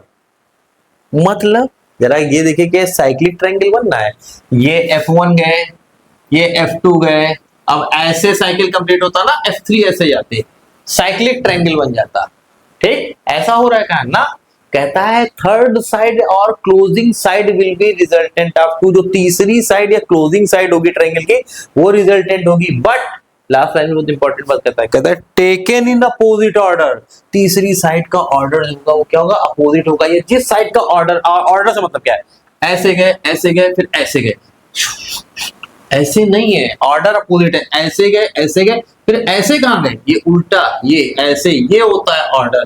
तभी जिसका ऑर्डर अपोजिट है वही रिजल्टेंट होता है। क्या ये यहाँ पे हो रहा है? नहीं, साइक्लिक ट्रायंगल बनना है, F3 गए, F2 गए, F1 गए, ये देखिए साइक्लिक ट्रायंगल बनना। या कौन रिजल्टेंट, कोई रिजल्टेंट नहीं होगा। जब भी ये कंडीशन आती है साइक्लिक ट्रायंगल बना रहे होते हैं, तो जो नेट फोर्स आता है, मतलब F1 plus F2 plus F3, तीनों जब रिजल्टेंट फोर्स आएगा वो क्या आएगा, जीरो आएगा। हमेशा क्या आएगा, जीरो आएगा। हमेशा क्या आएगा, जीरो आएगा। ये कॉन्सेप्चुअल बात है। हमेशा क्या आएगा, अगर तीन फोर्स मिलके साइक्लिक ट्रायंगल फॉर्म कर रहे हैं, मतलब किसी का ऑर्डर अपोजिट नहीं है, तो कोई रिजल्टेंट नहीं है। साइक्लिक ट्रायंगल बनाया है तो तीनों का जो सम होगा वो क्या होगा, जीरो होगा। मतलब नेट वैल्यू वहां पे क्या होगी, तीनों का रिजल्टेंट क्या होगा, जीरो होगा। मतलब चार्ज के ऊपर नेट फोर्स क्या होगा, जीरो होगा। सबसे कॉन्सेप्चुअल बात ये हमने कर ली, हाँ या ना। अब इसको मैकेनिक्स से हम दूसरी तरह भी करके दिखा सकते हैं, मैकेनिक्स और मैथमेटिक्स से यूज करके, ठीक। तो आंसर इसका तो जीरो हो गया, क्लियर। आप चाहे तो ये सब ना करके सीधे F1 F2 F3 अब वैल्यू निकाल लें, दैट्स गुड। लेकिन आप इनके बीच एंगल निकाल के बता सकते हैं और ट्रायंगल फॉर्म करके दिखा सकते हो। आप बता सकते हैं कि ये जीरो होगा, या दूसरा भी तरीका है, डायरेक्शन भी बता सकते हैं। बात समझ रहे कि नहीं, ठीक। तो एक बात तो ये हो गई। दूसरी बात जरा ध्यान दीजिए, अभी तक हमने जितनी बातें निकाली, अब समझिए, ये बात मिटा दूं, इस तरह से समझ में आ गया कि साइक्लिक ट्रायंगल बनेगा, कोई रिजल्टेंट नहीं होगा, नेट रिजल्टेंट तीनों का क्या होगा, 0 होगा। चलिए अब जरा दूसरी बात ध्यान दीजिए,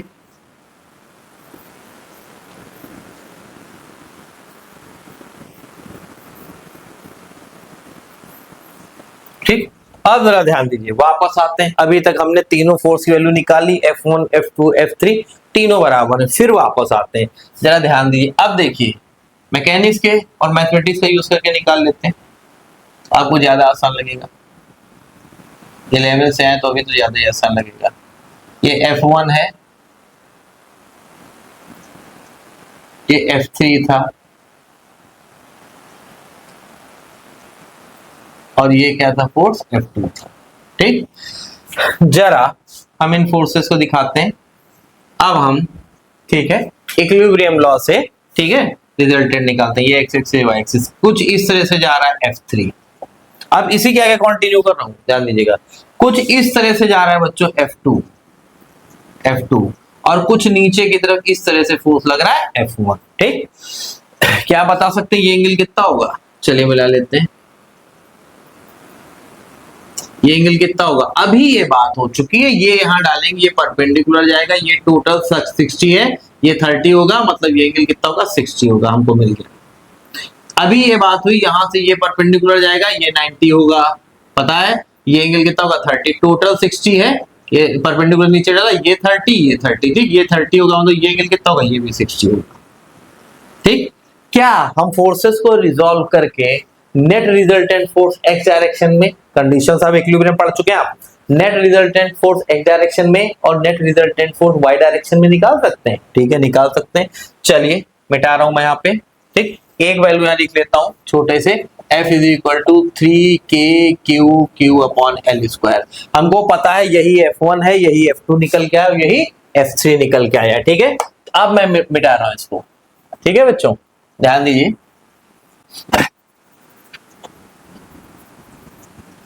ध्यान दीजिएगा, अगर मैं रिजॉल्व करूं, F3 बाहर जा रहा है, F3 के कंपोनेंट भी बाहर जाएंगे, ठीक है, इधर क्या जाएगा, जहां से एंगल लेते हैं उधर कॉस कंपोनेंट जाता है, F3 cos 60, और यहाँ क्या जाएगा, F3 sin 60, हाँ या ना, ठीक। ऐसे ही F2 यहां से बाहर जा रहा है, F2 का इधर कंपोनेंट क्या जाएगा, यहाँ y एक्सिस एंगल लिया गया, इधर जाएगा cos कंपोनेंट F2 cos 60, और इधर क्या जाएगा, F2 sin 60। मतलब यहां पर चार्ज जो प्लस क्यू रखा है, इस पर ऐसे ही फोर्सेस लग रहे हैं कि नहीं लग रहे हैं, हमने y एक्सिस और x एक्सिस के रिस्पेक्ट में देख लिया। चलिए नेट फोर्स इन x डायरेक्शन, चलिए x डायरेक्शन में नेट फोर्स निकालते हैं, F नेट इन x डायरेक्शन, ठीक, जरा ध्यान दीजिए, नेट फोर्स x डायरेक्शन में नेट फोर्स, इधर की तरफ कितना फोर्स लग रहा है, F3 cos sin 60, F3 sin 60 minus इधर की तरफ लगने वाले फोर्स को अगर पॉजिटिव लेंगे तो अपोजिट डायरेक्शन में लगने वाले फोर्स को ऑब्वियस सी बात है क्या लेंगे, नेगेटिव लेंगे, माइनस F2 sin 60। अब हमें पता है यही वैल्यू F1 की हमने निकाली, यही F2 की वैल्यू निकाली, और यही किसकी निकाली, F3 की निकाली। अभी हमने निकाला तीनों की वैल्यू 3KQQ/L², मतलब F3 और F2 दोनों बराबर है, दोनों इनको मान लेते हैं, F1 बराबर F2 बराबर F3 बराबर F मान लेते हैं, मतलब ये भी हुआ F sin 60 और ये भी हुआ F sin 60, मतलब x डायरेक्शन में नेट फोर्स कितना आ जाएगा बच्चों, 0 आ जाएगा, हाँ या ना, आ गया। अब हम कहें नेट फोर्स इन y डायरेक्शन, चलिए y डायरेक्शन में नेट फोर्स निकालिए, नेट फोर्स इन y डायरेक्शन, y डायरेक्शन में देखिए ऊपर की तरफ कौन से फोर्स लग रहे हैं, F2 cos 60 plus F3 cos 60, ऊपर वाले फोर्सेस को पॉजिटिव ले लिया, और जो अपोजिट डायरेक्शन में नीचे फोर्स लग रहा है उसको क्या ले लिया, नेगेटिव ले लिया। फिर वही बात, F1 F2 F3 तीनों का मैग्नीट्यूड बराबर है, F1 बराबर F2 बराबर F3 बराबर F मान लिया, मतलब हम लिख सकते हैं F cos 60 plus F cos 60 minus F, तीनों बराबर है। अब F cos 60 कितना होता है, सभी को पता है cos 60 1/2 होता है, ठीक, F into cos 60 1/2 plus F into cos 60 1/2 minus F, आधा F आधा F, पूरा F बना, minus F is equal to क्या है, 0 आया, मतलब net force in X direction भी जीरो आ रहा है, net force in Y direction भी जीरो आ रहा है। किस पर? इस चार्ज प्लस के ऊपर जो यहाँ रखा है, मतलब इस चार्ज के ऊपर लगने वाला नेट फोर्स क्या होगा? जीरो होगा। एफ नेट कितना आएगा इस पर लगने वाला चार्ज फोर्स? सॉरी, जीरो आएगा। And this is the answer. ठीक, मैकेनिक्स का यूज करके, सिंपल मैकेनिक्स का यूज करके आप चाहें तो इस तरह से निकाल के जान सकते हैं। अगर आपको वो साइक्लिक वाला लॉ नहीं पता है, अगर नहीं पता है तो अब से याद रखिएगा। अगर 3 फिजिकल क्वांटिटी है उनपे नेट फोर्स निकालना है, आप ट्रायंगल बनाने की कोशिश करते हैं, अगर साइक्लिक वेक्टर होते हैं, ठीक है, तो उनका नेट रिजल्टेंट मतलब सेम ऑर्डर अगर सभी का है, एक साइकिल में चल रहे हैं, किसी का भी ऑर्डर अपोजिट नहीं है, ट्रायंगल ला नहीं लग रहा है, मतलब तो वहां रिजल्टेंट क्या होगा? जीरो होगा। बाकी ऐसे सिंपल मैकेनिक्स से आप चाहें तो डायरेक्ट आप कैलकुलेट कर सकते हैं। यहाँ भी भाई नेट फोर्स क्या आ रहा है? एक्स में भी जीरो, वाई में जीरो, मतलब नेट फोर्स रिजल्टेंट फोर्स क्या आ रहा है? जीरो आ रहा। के ऊपर जो टोटल फोर्स होगा वो क्या होगा? जीरो होगा। गेट इट और नॉट? समझ में आया बच्चों की नहीं? पहले भी आपसे कहा था, बहुत अच्छा क्वेश्चन है। की तरफ चलते, मिटा देते हैं इसको।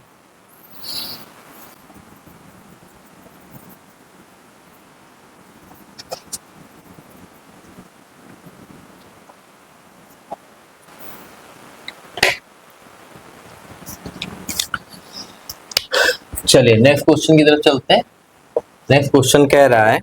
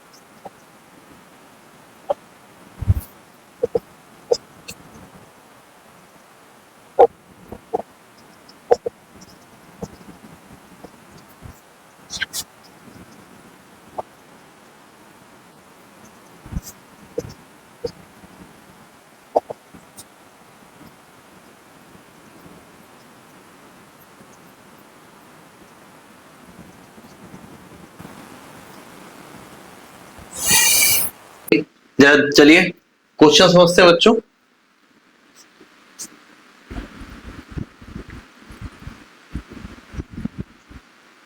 चलिए क्वेश्चन समझते हैं बच्चों। कह रहा है कि 3 point charges plus Q each, मतलब 3 पॉइंट चार्जेस है, तीनों की वैल्यू क्या है? प्लस क्यू है, ठीक है।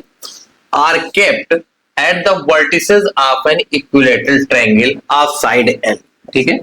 मतलब यहां बात करते हैं, एक इक्विलेटरल ट्रायंगल है, ठीक है, साइड क्या है इसकी? एल है। तीनों के वर्टिसेस पे चार्ज रखा है प्लस क्यू और चार्ज क्या रखा है? प्लस क्यू, ठीक है। Can I determine the magnitude and sign of the charge to be kept at its centroid so that the charges at the vertices remain in equilibrium? कहता है कि इसके सेंट्रॉइड पे, एक सेकेंड,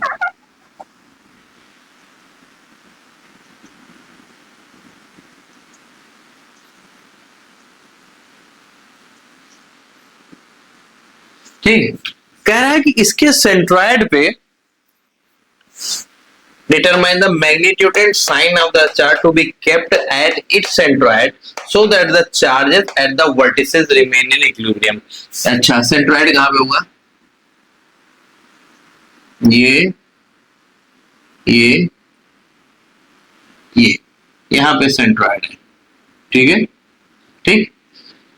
कह रहा है कि इसके सेंट्रॉइड पे कितना चार्ज रखें, ठीक है, और उसका साइन क्या हो? चार्ज का मैग्नीट्यूड बताना है और साइन बताना है, सो दैट कह रहा है जिससे कि इसकी वर्टिसेस पे, मान लीजिए एक वर्टिसेस ए है, बी है और सी है, सीधे सीधे तीनों कॉर्नर, ठीक है, इनकी वर्टिसेस पे जो ये चार्ज रखे हैं, ये चार्ज इक्विलिब्रियम में रहे, ठीक। अब एक बात ध्यान दीजिए, अगर किसी भी वर्टिस पे कोई चार्ज देखें, ये चार्ज है प्लस क्यू, इस चार्ज पे कुछ फोर्स तो लग ही रहा होगा, ठीक, कौन लगा रहा होगा, ये इस पे फोर्स लगा के रिपेल करा होगा, पॉजिटिव है, ये भी इस पे फोर्स लगा के रिपेल करा होगा, पॉजिटिव है, ठीक है, दोनों पॉजिटिव है, तो इस पे फोर्स लगा रिपेल, इस पे कुछ नेट फोर्स लग रहा होगा कि नहीं लग रहा होगा, इसके कारण इसके कारण, हाँ या ना, लग रहा होगा कि नहीं लग रहा होगा। अब जब फोर्स लग रहा होगा नेट फोर्स, तो इन दोनों तो लगने वाले फोर्स, ये तो भागने की कोशिश करेगा एक डायरेक्शन में।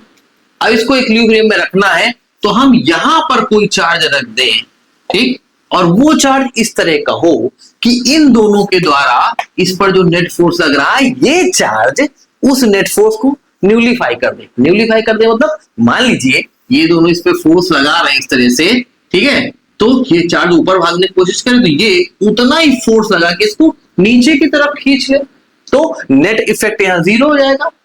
कुछ फोर्स ऊपर ले जा रहे हैं, कोई फोर्स को नीचे खींच रहा है, उसी के इक्वल फोर्स, नेट इफेक्ट क्या हो जाएगा, जीरो हो जाएगा, ठीक, ठीक, सेम कंडीशन भी देयर, ये इसको इधर फोर्स लगा रहा है, ये इसको इधर फोर्स लगा रहा है, ये फोर्स लगा के भाग रहा होगा, यहाँ कोई चार्ज हो जो उतना ही फोर्स लगा के अपनी तरफ खींच ले, तो ये भी इक्विलिब्रियम में आ जाएगा, क्योंकि इस पे नेट फोर्स क्या हो जाएगा, जीरो हो जाएगा। तो किसी एक को देख के अगर हम प्रॉब्लम सॉल्व कर ले तो हमारा आंसर आ जाएगा, ठीक।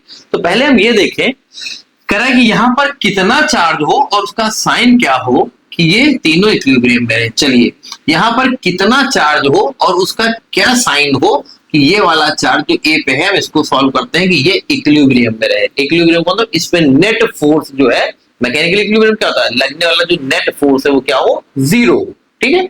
अच्छा तो देखते हैं कि इस पे नेट फोर्स, अभी इस पे फोर्स लग कितना रहा है, ये इस पे कितना फोर्स लगा रहा है, मान लेते हैं इसे फोर्स लगा रहा है, कितना फोर्स लगा रहा है, F1 फोर्स लगा के इसको रिपेल करना है। ये इस पे कितना फोर्स लगाएगा, ये भी पॉजिटिव, ये भी पॉजिटिव, ऑब्वियसली तो ये भी इस पे कितना फोर्स लगाएगा, मान लिया F2 फोर्स लगा रहा है, F2 फोर्स लगा रहा है और इसको रिपेल कर रहा है। तो क्या इस चार्ज Q पर आप नेट फोर्स निकाल सकते हैं? चलिए कोशिश करते हैं। ये B पर जो रखा चार्ज है, ये इस A पर रखे चार्ज के फोर्स कितना लग रहा है, F1। क्या हम F1 निकाल सकते हैं, मैग्नीट्यूड निकाल सकते हैं? बिल्कुल निकाल सकते हैं। F1 is equal to Coulomb's लगा जाएंगे K Q1 Q2 upon R square is equal to K Q1, एक को Q1 मान लो, एक को Q2 मान लो, एक ही बात है, इसको Q1 मान लो, इसको Q2 मान लो, दो चार्ज है, एक Q1 एक Q2, ठीक। तो Q1 Q2 दोनों Q है, तो Q into Q upon distance का स्क्वायर, ये डिस्टेंस कितनी है, सारी distance L equal upon L square, मतलब K Q square upon L square. F1 आया कि नहीं आया बच्चों, F1 आया कि नहीं आया, ठीक। अच्छा डायरेक्शन क्या है, B से A की तरफ, चाहे तो वैसे भी लिख सकते हैं, F1 is equal to vector form में लिखना हो तो कैसे लिखेंगे, K Q square upon L स्क्वायर इनटू डायरेक्शन क्या, अलोंग BA, B से A, अगर इसको ये डायरेक्शन देखें क्या अलोंग BA, तो हम ऐसे भी लिख सकते हैं BA कैप, ऐसे लिख सकते हैं, या कई बार ऐसे भी लिख के देते हैं F1 is equal to K Q square upon L square along BA, ठीक। क्यों, ये इस पे कितना कैसे फोर्स लगा रहा है, ऐसे ही तो लगा रहा है, ये BA इस डायरेक्शन में तो फोर्स लगा रहा है, उसी को वेक्टर का यूनिट वेक्टर का नाम दे दिया BA, ठीक। F1 निकाल लिया, ठीक। अब क्वेश्चन बिठा दें, क्वेश्चन तो बच्चों समझ गए होंगे ना, नोट कर लिया क्वेश्चन की नहीं, क्वेश्चन नोट कर लिया बच्चों की नहीं, नोट कर लिया, चलिए ठीक है। चलिए अब ये इस पर कितना फोर्स लगा रहा है, ए पॉइंट पे चार्ज प्लस क्यू रखा है, यहां पर ये रखा प्लस क्यू, ये कितना फोर्स लगाएगा F2। चलिए F2 के लिए निकालें, F2 कितना हो जाएगा बच्चों, F2 इज इक्वल टू वही formula K Q1 Q2 upon distance का स्क्वायर R स्क्वायर, या K Q1, वही बात है Q1 Q2 सब Q इक्वल चार्जेस है, तो Q into Q upon distance L square, मतलब कितना आया K Q square upon L square. अब इस डायरेक्शन को CA है, ये डायरेक्शन C है, तो CA कैप कर दें तो CA unit vector, unit vector क्या होता है, डायरेक्शन होता है, या इसको ऐसे लिख लो F2 is equal to K Q square upon L square, हम लिख सकते हैं अलोंग CA। अब यह इस पर दो फोर्स लग रहे हैं, ये भी इसको भगा रहा है, चल भाग, ये भी इसको रिपेल कर रहा है, भाग जा। तो अब कितना नेट फोर्स लग रहा है, देखिए एक फोर्स इस पे ऐसे लग रहा है F1, एक फोर्स इस पे ऐसे लग रहा है, कितना लग रहा है F2, ठीक है। तो भैया नेट फोर्स निकालेंगे कि नहीं निकालेंगे, इस पर लगने वाला नेट फोर्स क्या करें, पैरेललोग्राम लगा लें, सबसे आसान, कैसे, पैरेललोग्राम लगा जानते हैं ना, ये देखिए ये F1 है, ये F2 है, पैरेललोग्राम कंप्लीट कीजिए। कुछ इस तरह से F नेट आएगा कि नहीं आएगा? नेट फोर्स यहां से पास होने वाला जो डायगोनल होगा वही तो नेट फोर्स बताता है कि नहीं बताता है? ठीक है, तो हम निकालते हैं। चलिए अब नेट फोर्स कैसे कैलकुलेट करते हैं? Resultant force and net force calculate कैसे करते हैं? F square is equal to F1 square plus F2 square plus 2 F1 F2 cos theta. याद है बच्चों, पैरेललोग्राम ला पड़ा, R square is equal to A square plus B square plus 2AB cos theta होता है। ओके, F1 का magnitude कितना है? KQ square upon L square. F2 का और F1 का मैग्नीट्यूड कितना है? वो भी इतना है। ठीक, अरे यही तो है, दोनों के मैग्नीट्यूड बराबर है ना। F1 का भी मैग्नीट्यूड बराबर है, F2 का। डायरेक्शन लगे तभी तो पैरेललोग्राम लगा रहे हैं वेक्टर सम करने के लिए। ठीक है, डायरेक्शन अलग है, वो अभी निकालेंगे, मैग्नीट्यूड पहले निकालेंगे पैरेललोग्राम लगा, फिर डायरेक्शन भी निकालेंगे। ठीक है, तो F1 F2 क्या हम मान सकते हैं? Let F1 is equal to F2 is equal to F। ये मैग्नीट्यूड सेम है ना, यहाँ तो मैग्नीट्यूड ही निकाल लेना, नेट फोर्स जो लगेगा उसका मैग्नीट्यूड निकाले, डायरेक्शन तो बाद में निकालेंगे। ठीक है, तो नेट फोर्स F1 भी इतना ही है, KQ square upon L square. F2 का भी मैग्नीट्यूड इतना ही है, KQ square upon L square. F1 F2, ठीक है, तो अब F1 भी इतना ही लग रहा, ये F1 K Q1 Q2 upon L square. F2 भी इतना लग रहा, K Q1 Q2 upon L square, इतना ही फोर्स लग रहा है। चलिए नेट रिजल्टेंट निकालते हैं। रिजल्टेंट फोर्स कितना लगेगा? मैग्नीट्यूड निकालते हैं। ठीक है, F1 F2 का मैग्नीट्यूड बराबर है, तो हमने उसको बराबर F1 बराबर F2 है तो बराबर इसको F मान लिया। अब देखिए नेट फोर्स कितना लगेगा? F is equal to under root, यहां से स्क्वायर हटाया, ठीक है, तो under root A square plus B square plus 2AB cos theta. F1 की जगह भी F स्क्वायर, F2 की जगह भी F स्क्वायर प्लस 2, F1 की जगह भी F, F2 की जगह भी F इनटू cos थीटा। बिना सोचे समझे cos 60 डिग्री। ऐसा कैसे सर?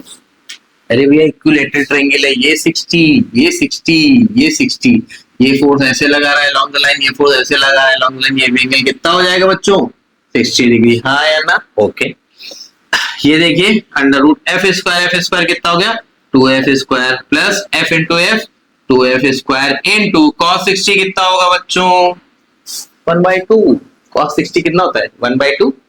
ठीक है, ये 2 कट गया, फाइनल आंसर 2F स्क्वायर कितना आया? अंडर रूट 3F स्क्वायर, या इसको हम लिख सकते हैं F रूट 3। हाँ या ना? रिजल्टेंट फोर्स निकाल लिया कि नहीं निकाल लिया? हाँ या ना? रिजल्टेंट फोर्स निकाल लिया कि नहीं निकाल लिया? हाँ, F कितना था? F कितना निकाला था? KQ square upon L square, या हम इसको लिख सकते हैं root 3 KQ square upon L square. हाँ या ना? ठीक, नेट फोर्स इस चार्ज के ऊपर लगने वाला नेट फोर्स हमने निकाल लिया। नोट कर लीजिए सभी लोग, फिर मिटा दें। समझ गए? नेट फोर्स इस वर्टिसेस पे जो ये चार्ज प्लस क्यू रखा है, बाकी दोनों चार्जेस का जो फोर्स लग रहा था उसके बाद नेट कितना फोर्स आ रहा, इतना नेट फोर्स लग रहा। हाँ या ना? हाँ या ना बच्चों? ठीक है, समझ गए बात को? मिटा दें इसको। हाँ या ना? अब जरा ध्यान दीजिए, क्वेश्चन पे ध्यान दीजिए, ध्यान दीजिएगा। अब पहली बात हम ये देखते हैं नेट फोर्स लगेगा कैसे, जरा ध्यान दीजिए, आप ध्यान दीजिएगा बच्चों, ध्यान दीजिएगा। ये देखिए रहा इक्विलेटरल ट्रायंगल था, हाँ या ना? यहां पे जो चार्ज प्लस क्यू रखा था, यहां पर भी चार्ज प्लस क्यू रखा था, यहां पर भी चार्ज प्लस क्यू रखा था। ये इस पर फोर्स ऐसे लगा रहा था, ऐसे F1, ये इस पे फोर्स ऐसे लगा रहा F2। ठीक, इसका हमने रिजल्टेंट निकाला। ध्यान दीजिए, ये F1 है बच्चों, ये F2 फोर्स है। ठीक, पैरेललोग्राम ला से हमने रिजल्टेंट निकाला। ठीक, ये इसी से जगह से जो डायगोनल पास होगा, सभी लोग पढ़ चुके हैं, वही हमारा क्या बताएगा? F नेट बताएगा। मतलब यहाँ पे जो चार्ज प्लस क्यू रखा है, यहाँ पे जो चार्ज प्लस क्यू रखा है, इस पर लगने वाला नेट फोर्स। अच्छा, ये रिजल्टेंट किस डायरेक्शन में आएगा? यहां से एंगल मान लें कि नहीं मान लें? ऐसे देखिए, ये F1, ये F2, ये पैरेललोग्राम कंप्लीट किया, ये डायगोनल नेट F नेट, ये एंगल अल्फा मान लें। अल्फा एंगल हमें क्या होता है? रिजल्टेंट कहां से पास हो रहा है। ठीक, कहां से रिजल्टेंट पास हो रहा है? रिजल्टेंट कहां से पास हो रहा है? हमने मान लिया F1 से अल्फा एंगल पे पास हो रहा है, F1 से इसको उठा के ऐसे कर दिया, ऐसे कर दिया। F1 से कितना एंगल पे पास हो रहा है, अल्फा एंगल पे। क्या हम निकाल सकते हैं, tan alpha is equal to, यहां से हमने अल्फा मेजर किया है, यहां से F1 से जो दूर है वही पास है, F2 sin theta upon F1 plus F2 cos theta, जो दूर है वही पास है और बार बार है। F2 और F1 F2 F सभी को पता है, ठीक। ये एंगल कितना है बच्चों, 60 degree. Everyone know that angle कितना है, 60 डिग्री है। ये टोटल एंगल 60 डिग्री है, अभी बात हो चुकी है, एंगल 60 डिग्री है। यहां से रिजल्टेंट जा रहा है, ये एंगल हमने अल्फा माना है, ये हमें बताएगा कि रिजल्टेंट कहां से पास हो रहा है, ठीक। F2 F1 और F2 दोनों का मैग्नीट्यूड बराबर है, बार बार बता चुके हैं अभी। F1 बराबर F2 बराबर हमने क्या माना था, F माना था। चलिए थीटा, थीटा क्या होता है, दोनों के बीच का एंगल, दोनों के बीच का एंगल ये है F1 F2 के बीच का एंगल। कैलकुलेट करते हैं, कैलकुलेट करते हैं, जरा ध्यान दीजिए, इधर मिटा रहा हूं।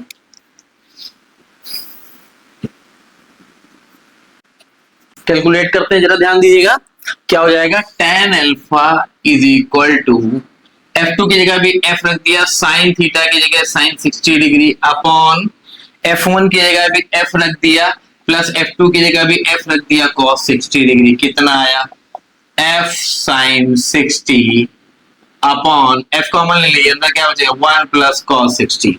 हाँ या ना, ओके, F काट दिया। sin 60 बच्चों कितना होता है, √3/2 अपॉन 1 प्लस cos 60 कितना होता है, 1/2। होता है कि नहीं होता है, होता है।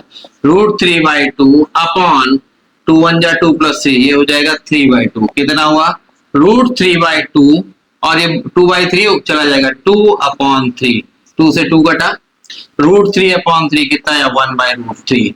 मतलब tan अल्फा की वैल्यू आई 1/√3। tan अल्फा 1/√3 कब होता है, जब अल्फा, बिल्कुल सही, अल्फा जब कितना होता है बच्चों, 30 डिग्री। यस, मतलब ये है बच्चों कि ये F1 ऐसे लग रहा था, ये F2 ऐसे लग रहा था, दोनों की एंगल 60 डिग्री था, यहां से 30 डिग्री, ओफो, बिल्कुल सीधे ऐसे जा रहा है। भाई ये बाइसेक्ट करेगा ना, ये टोटल 60 है, 30 मतलब बिल्कुल सीधे, बिल्कुल सीधे।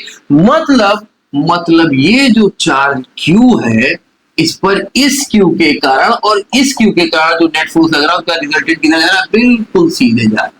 ये F नेट आया, मतलब ये दोनों जो फोर्स लगा रहे हैं उसका नेट रिजल्टेंट ऐसे जा रहा है, मतलब ये नेट रिजल्टेंट फोर्स लग रहा है, तो Q को ऊपर भगा देंगे। Q को कहां भगा देंगे, ऊपर भगा देंगे, लेकिन कैसे भगा देंगे, ठीक है। मतलब बिल्कुल नेट फोर्स किधर जा रहा है, बिल्कुल सीधे ऊपर की तरफ जा रहा है। अरे भैया ये 60 डिग्री है इनके बीच का एंगल, तो यहां से 30 डिग्री, ये 60 है, यहां से 30 डिग्री, बिल्कुल बीचों बीच में, यहां से 30 डिग्री, मतलब यहां से भी 30 डिग्री, बिल्कुल ऐसे फोर्स जा रहा है, नेट फोर्स आया ना, ठीक है। तो अब हमारे सामने जो सवाल था, ठीक, सवाल था, ये सब नोट कर लिया बच्चों, नोट कर लीजिए, आधी रात का समय है, जग जग के पढ़िए, जग जग के पढ़ाया जा रहा है, ठीक है। तो अब देखिए समस्या यहां पे भैया बहुत भारी होगी, ठीक। यही तो उसने पूछा था कि हम इस ट्रायंगल के सेंट्रॉइड पे, इस ट्रायंगल के सेंट्रॉइड पे एक फोर्स, एक चार्ज जो रख दे, कितना रख दे, उसका अमाउंट क्या हो और साइन क्या हो, मतलब पॉजिटिव हो या निगेटिव हो, कि यहां पर जो ये चार्ज रखा है ये इक्विलिब्रियम में, इक्विलिब्रियम क्या मतलब, यहां जो भी चार्ज प्लस क्यू रखे वो इक्विलिब्रियम में रहे। हमने एक को मान के सॉल्व कर लिया, बस हो जाएगा, ठीक। ये चार्ज इक्विलिब्रियम में कहा है इसको, तो ये दोनों मिलके इतना फोर्स लगा रहे हैं कि उसका रिजल्टेंट फोर्स उस पे जो लग रहा है नेट फोर्स ऊपर की तरफ इसको भगा लिए जा रहा है। अब अगर इस पे नेट फोर्स ऊपर लग रहा है, जिसको ऊपर भगा लिए जा रहा है, एफ नेट फोर्स इसको किधर की तरफ भगा लिया जा रहा है, ऊपर की तरफ, तो क्या यहां पर एक चार्ज ऐसा होना चाहिए तो इस प्लस क्यू चार्ज पे एक इतना ही फोर्स लगाए, किधर, नीचे की तरफ, नीचे की तरफ एक फोर्स लगाए, इस फोर्स के बराबर वो फोर्स हो, तो इस पर लगने वाला नेट फोर्स क्या हो जाएगा, 0 हो जाएगा। मतलब ये पॉजिटिव चार्ज है, यहां पर कैसा फोर्स चार्ज होना चाहिए, नेगेटिव होना चाहिए। अगर यहां पर माइनस क्यू चार्ज हम रख दें तो minus Q charge plus Q charge पे फोर्स ऑफ अट्रैक्शन लगेगा, अपनी तरफ खींचेगा, और अपनी तरफ खींचेगा तो क्या होगा बच्चों, अब ये हो कितना, इसका मैग्नीट्यूड कितना, क्योंकि जितना इस पे नेट फोर्स लग रहा है उतना ही तो ये फोर्स इसको लगाना चाहिए। इस पे नेट फोर्स कितना लग रहा है बच्चों, भी एफ नेट कितना निकाला था, एफ नेट कितना निकाला था, एफ रूट 3 आया ना, और एफ कितना था रूट 3, एफ हमारा था के Q square upon L square, ये एफ निकला था, ये तो एफ निकला था बच्चों, यही निकला था, ठीक। तो अब उसने यही कहा था कि भैया यहां पर पहली बात तो बताइए कि चार्ज कितना हो, मैग्नीट्यूड चार्ज का, और चार्ज का साइन क्या हो। तो साइन चार्ज का यहां पर क्या होना चाहिए, निगेटिव होना चाहिए, क्या होना चाहिए, निगेटिव होना चाहिए। हमने मान लिया यहां पर माइनस कैपिटल क्यू, हमने देखा माइनस, क्योंकि अगर ये भी पॉजिटिव हो जाएगा भैया तो इस पे तो ऑलरेडी इतना फोर्स लग रहा है कि इसको ऊपर भगा लिया जा रहा है, और ये भी पॉजिटिव हो जाएगा तो और फोर्स लगा देगा कि जल्दी भाग जा, तो ये इक्विलिब्रियम में रह जाएगा, नहीं रह जाएगा। इक्विलिब्रियम का मतलब क्या होता है, नेट फोर्स जीरो, तो नेट फोर्स जीरो कब, ऊपर भगा रहे हैं, भाग जा, दूसरा वाला नीचे खींच रहा, उतना लगा नीचे आ जा, बराबर फोर्स, नेट फोर्स क्या हो जाएगा, जीरो, ठीक। अच्छा, तो अब देखते हैं आगे पूछ रहा है, ठीक है, कि इस चार्ज क्यू का अमाउंट क्या हो। अच्छा, ये चार्ज क्यू कितना फोर्स लगाए बच्चों, उतना ही फोर्स लगाए, ये इस पर उतना ही फोर्स लगा के खींचे, ये इस पर कितना फोर्स लगाए, उतना ही फोर्स लगाए जितना इस पे नेट फोर्स ऊपर लग रहा, मतलब माना इस पर ये इस पर उतना ही फोर्स लगाए जितना इस चार्ज क्यू पे नेट फोर्स ऊपर की तरफ लग रहा। तो ये कितना फोर्स लगा है, हमने मान लिया ये इसको कितने फोर्स से खींचे, एफ डैश, और एफ डैश किसके बराबर होना चाहिए, एफ नेट के बराबर होना चाहिए, तभी ये इक्विलिब्रियम में होगा, तभी ये किसमें होगा, इक्विलिब्रियम में होगा। मींस अगर ये इस पर, पहली बात तो निगेटिव होना चाहिए, तभी ये फोर्स ऑफ अट्रैक्शन लगाएगा, ठीक, और तभी ये जो फोर्स ऊपर भगा रहा है इसको बैलेंस कर पाएगा। तो इस पे एफ डैश चल लगा है, और एफ डैश किसके बराबर होना चाहिए, इस पर जो नेट फोर्स लग रहा है, नेट फोर्स कितना लग रहा है। अच्छा, एफ डैश की वैल्यू क्या होगी, के क्या होनी चाहिए, Q into Q upon distance का स्क्वायर। ये डिस्टेंस कितनी होगी बच्चों, ये डिस्टेंस कितनी होगी, अरे सेंट्रोइड है, अभी हम लोग पहले भी निकाल चुके हैं, सेंट्रोइड है, ट्रायंगल है, साइड कहता है एल है, एल है, एल है, अरे गजब करते हो भैया, ये यहां से परपेंडिकुलर ड्रॉ किया, ये एल है, परपेंडिकुलर बीचों बीच में गिरा, ये कितनी होगी, ये अरे ए है, बी है, सी है, ये क्या हो जाएगा, डी, एडी कितना हो जाएगा, एडी हो जाएगा under root L square minus L square L by 2 का whole square, L square by 4, ये कितना आया था रूट 3 एल बाई 2, ये आया था कि नहीं आया था, एडी आएगा।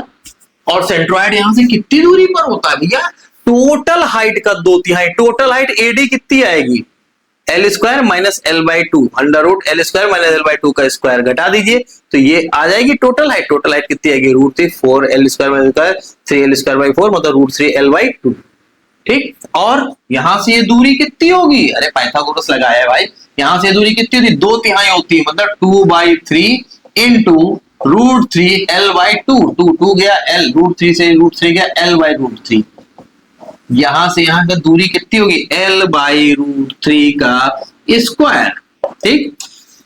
ये कितने फोर्स इसको अपनी तरफ खींचे, एफ डैश फोर्स से, और एफ डैश फोर्स किसके बराबर होना चाहिए, एफ नेट के, जितना इस पे नेट फोर्स लग रहा है ऊपर की तरफ, जो टोटल फोर्स लग के ऊपर भगा रहा है, ये एफ डैश इस नेट के बराबर हो, तभी तो ये अपनी जगह टिका रहेगा।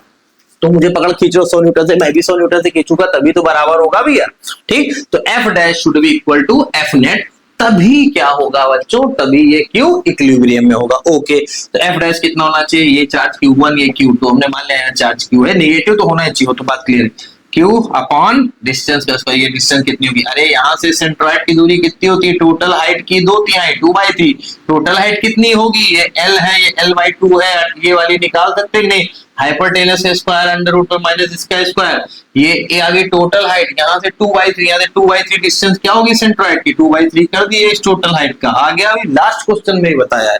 चलिए एफ नेट कितना निकाला, एफ नेट ये निकाला भैया रूट 3 के Q square upon L square, बस यहां से हमको क्यू की वैल्यू मिल जाएगी, तो हमें पता चल जाएगा कि यहाँ रहने वाला चार्ज कितने मैग्नीट्यूड का हो कि वो इस फोर्स के बराबर फोर्स लगा के इसको नीचे खींच सके, और ये निगेटिव होना चाहिए, बात तुमने पहले ही क्लियर कर दी, होना चाहिए कि नहीं होना चाहिए बच्चों। चलिए बहुत समझ नहीं रहे हो भाई, चलिए खैर मेहनत से समझाया जा रहा है, ठीक है। तो अब देखिए दोनों फोर्स आपस में बराबर होने चाहिए तभी ये प्लस क्यू ये चार्ज इक्विलिब्रियम में रहेगा। चलिए के से के काट दो भैया, क्यू स्क्वायर का एक क्यू है क्यू गया, यहाँ बचा Q upon L by root three का स्क्वायर इज इक्वल टू, यहाँ क्या बचा root three Q upon L square, Q upon ये नीचे क्या हुआ L square by root three का स्क्वायर करोगे थ्री अपॉन में थ्री ऊपर चला जाएगा is equal to root three into Q upon L square, ये कट गया, क्यू निकालना है, क्यू इज इक्वल टू क्या हो जाएगा root three Q upon three क्या हो जाएगा क्यू बाई रूट थ्री। और पहले ही बात हो चुकी है कि इस चार्ज का साइन क्या होना चाहिए नेगेटिव होना चाहिए, क्या होना चाहिए नेगेटिव होना चाहिए, और मैग्नीट्यूड कितना होना चाहिए Q by root three minus Q by root three. This is the answer, this is the answer. मतलब अगर यहां पर minus Q by root three charge, यहां भी क्यू है चार्ज, यहां भी क्यू है और यहां भी पॉजिटिव चार्ज प्लस क्यू है, अगर यहां पर minus Q by root three charge centroid पे रख दिया जाए तो इस पर लगने वाले नेट फोर्स, इस पर लगने वाले नेट फोर्स और इस पर लगने वाले नेट फोर्स को बैलेंस कर देगा, ठीक है। और ये तीनों वर्टिसेस पे रखने वाले चार्ज जो रहेंगे वो किस में रहेंगे इक्विलिब्रियम में रहेंगे। होपफुली बच्चों समझ में आ गया होगा, ठीक है, होपफुली सभी लोग को समझ में आ गया होगा। समझाने में कोशिश तो बहुत की है, मेहनत बहुत की है, होपफुली समझ में आ गया होगा बच्चों। चलिए अब सेट 2 लेकर आता हूं, नेक्स्ट लेक्चर में मिलते हैं, ठीक है बच्चों। एक बार दो बार तीन बार चार बार प्रैक्टिस करिए, समझने की कोशिश करिए, ना समझ में आए तो वीडियो को बार बार देखिए, उसी पॉइंट पे जाके देखिए जहां पे चीज समझ में नहीं आ रही जरूर से समझ में आ जाएगी। फिर भी कोई दिक्कत हो तो कमेंट करके बताइए मुझे, मैं कोशिश करूंगा, ठीक है बच्चों, ओके।